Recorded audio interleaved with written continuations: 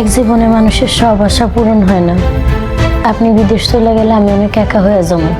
মরিয়ম, কি হয়েছে তোমার? আরে কান্না করতেছো কেন? কি হয়েছে? সব কাম আমি আর রাজিয়া মিল্লা করি। মারে কত আর কি করলে তোর বোন পাবো? বদরুল যখন একা বিয়ে করছে একাই সংসার করুক, আমাকে ডাকতে আহিস।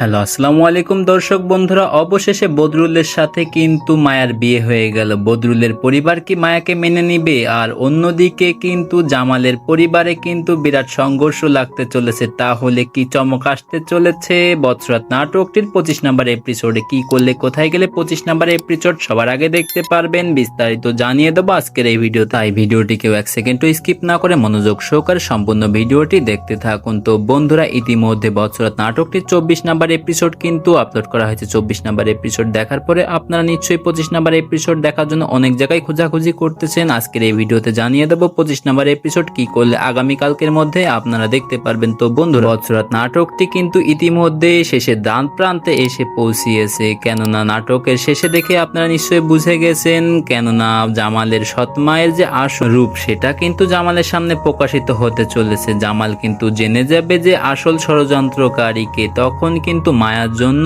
কিন্তু তার একটা অনুশোচনা কাজ করবে। অন্যদিকে বদরুলের সাথে যে মায়ার বিয়ে হয়েছে সেটা কিন্তু বদরুলের পরিবার এত সহজে মেনে নিতে চাইবে না। পরবর্তীতে কিন্তু এটাও মেনে নেবে। তো বুঝতেই পারছেন বৎসরাত নাটকটি কিন্তু আগামী সপ্তাহের মধ্যে শেষ হতে চলেছে। তো আপনাদের এই নাটকটি কেমন লেগেছে তা কিন্তু অবশ্যই জানাতে ভুলবেন না।